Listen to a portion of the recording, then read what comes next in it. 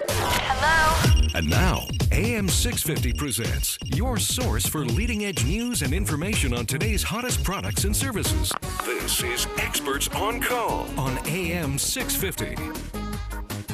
Well, good evening and welcome to Experts on Call here on AM 650. I'm Sterling Fox. I'm joined in studio today by Phil Moriarty, the owner of the BC Canine Training Center out there in Richmond at the foot of number 3 Road, right there by the Fraser River. Hello, Phil. Good evening, Sterling. Great to be with you again. Nice to see you again. How long have you been running the BC Canine Training Center? How long's the place been in operation? It's about 13 years now. Okay. Yeah. And you started it as a former police officer in the canine detachment with Delta. Then you went to Vancouver, became a plainclothes officer and a detective. And then you started into the Canine Training Center. What got you out of police work into training dogs? Oh, well, what got me out of police work, I guess, is the bigger question. What got me into training dogs?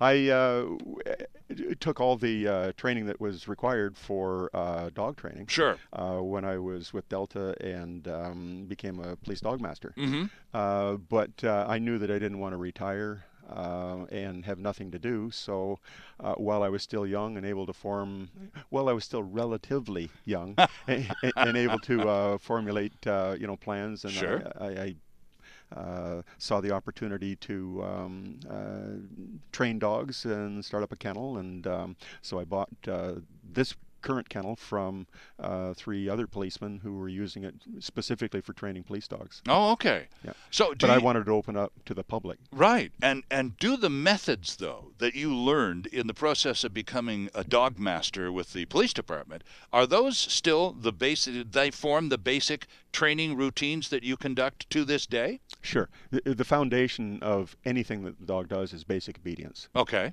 And once you've got the basic obedience, then you rely on the dog's skill set and their breeding to hone those skills for the public. So if you want a dog to sit, you rely on some of his instincts. If you want it to come, he knows that you've got food, or he knows that, the way they evolved was they found us pretty convenient beings to be around rather than having to fight and chase after meals. If they just followed some of us sloppy people around, they'd be able to pick up some food. Mm-hmm. And so it became jointly beneficial for animals. So that's how they sort of evolved to us. And so those basic instincts and those drives are what we started to recognize as humans, that we could utilize those. Now you can use them for working dogs. Sure, and herding dogs and protection dogs and just great pets. What would be the main difference in a training program that you would conduct on behalf of a client who came down to have their pooch trained up? What would the main difference be between training that animal and a police dog? Nothing in the beginning. Really, huh? Right. The police dog has to be a social animal too. It can't be this fierce thing that will attack people randomly. Well, that's true. It has to love people, and it has to be capable of being in crowds and around kids sure. And around other animals, that sort of thing. Right. So all of the basic socialization skills that the dog learns is as puppy anyway. Right. And so just gradually you start the obedience. Right. So now you've got a social animal that you can teach some obedience to. Now you're halfway to having a working dog. Right. And then the other training, the extra training, comes in on the specific tasks that working dogs get assigned to do. Right. That's right. Exactly. Okay. Yeah. Interesting stuff. But the basic, isn't that interesting? Even the roughest, toughest of the police dogs, the training starts at exactly the same level as the dog next door. They all lick you the same way when they're puppies. They sure do. Yeah. And puppies, there's a good one because puppies, we're hopeless. We're just hopeless saps around puppies, and yet we recognize the need for some discipline. They'll just walk right over you. What is a good age to start thinking about having your puppy professionally trained? Well, socialization, is something that you start right away. Sure. So what people can do is just start taking the dog every place they go, have it exposed to as many different things and sounds and environments as you can, so that nothing is surprising to the dog. Right. If you keep a dog as a recluse, or you keep one that is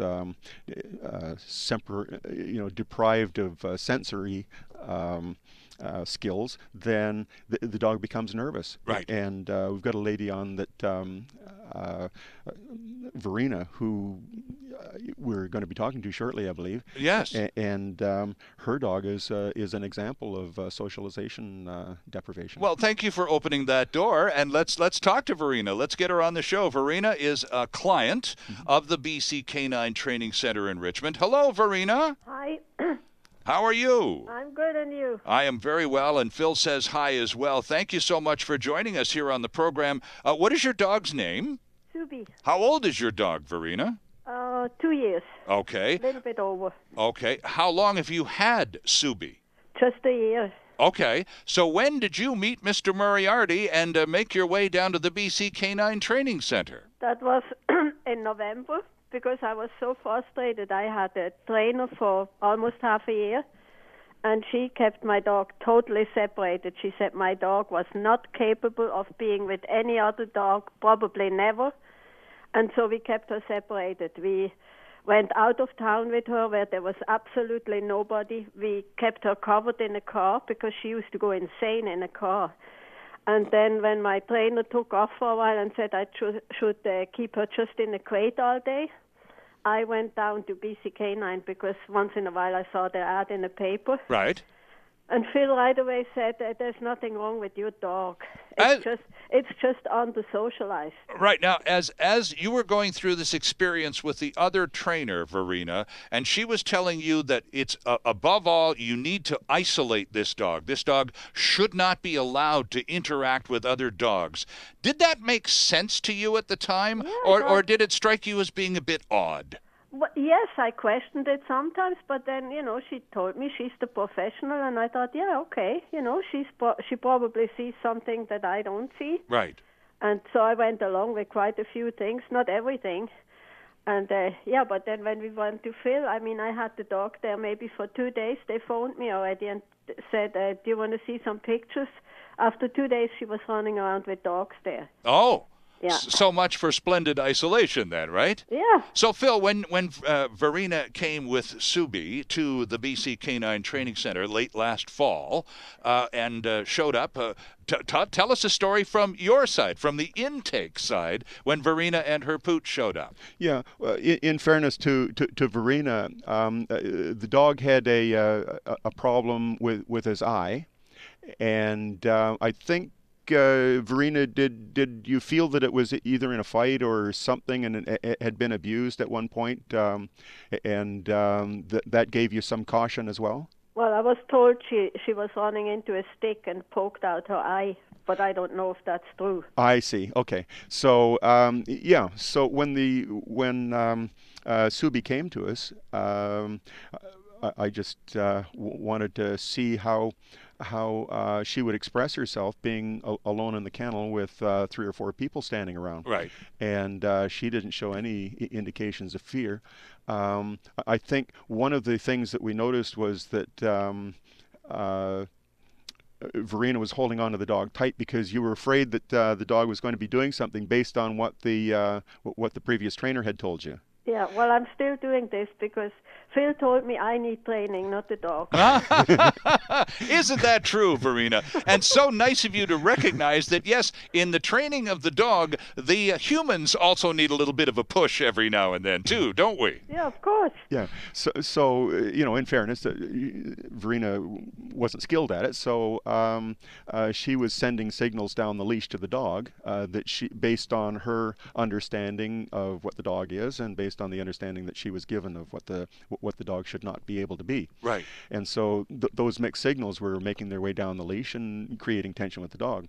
Well, as soon as we released all of that and the dog was allowed to sniff around, I could see that it was just as buoyant as it wanted to be as buoyant as any other dog that comes in there. Right. So within actually, I think within the first day we had her out in the yard with other dogs because we wanted to test her first, just to see whether we were measuring incorrectly. The whole socialization thing. Yeah. Right. And as soon as she caught on to one or two of the dogs, then there was no turning back from there. And then I think you had her in for a week's training as well, Verena.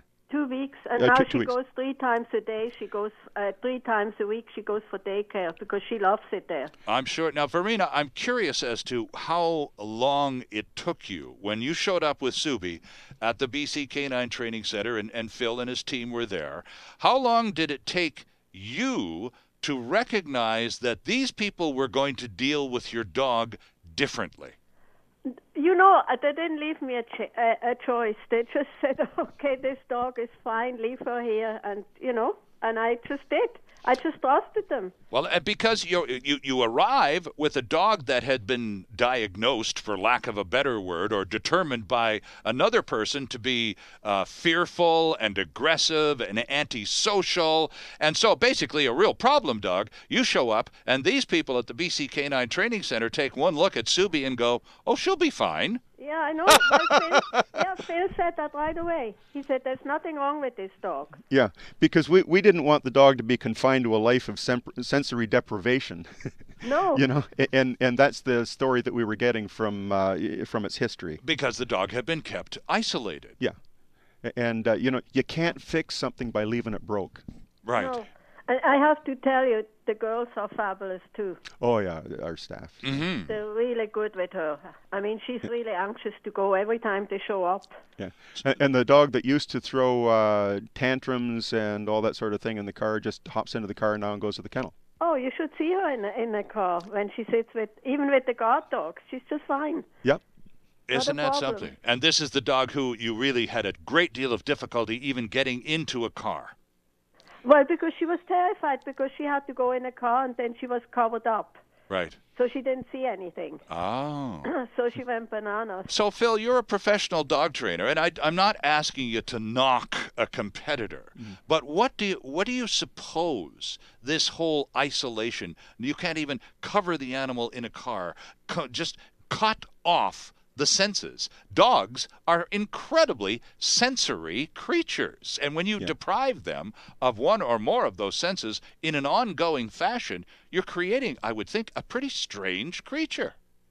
Well, you're creating a sensory deprived dog, and how would I feel or you feel if you were supposed to go to work and somebody bundled you up in something you can't see out of the car, right, and told you, it's beyond my comprehension why that would have even occurred. Right.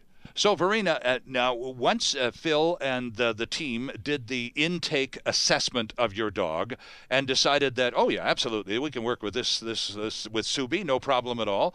How long between that point and the decision to go for the 2-week training program? How much time elapsed?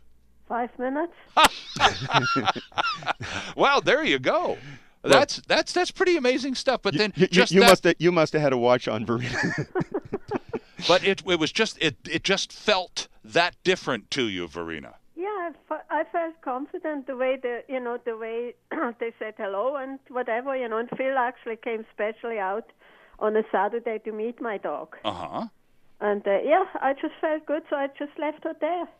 Okay, and the 2-week, because of the sensory deprivation, Phil, that had occurred with Subi up until the point she came to you, you would have decided on the spot then that instead of the 1 week, a 2-week training program would likely be more suitable. Yeah, and there's that, but there's also, like, Verena's not a big person, and the dog is a big dog. It's a German Shepherd. Oh, okay. And so, we needed to be able to control the dog on its commands and that sort of thing. So it's much easier to handle a dog that is almost your size when it's obedient. Now, Verena, from the human perspective, as you've already pointed out to us, that in addition to having our dogs trained, the folks at BC Canine Training Center always like to take a little bit of time with their owners and get them up to the speed so the training and the commands and all of that remain consistent. So how's your training going? Well, I think I have to go back a little bit more to Phil, myself, not the dog. Oh, I see. Yeah, I have to get a few more lessons.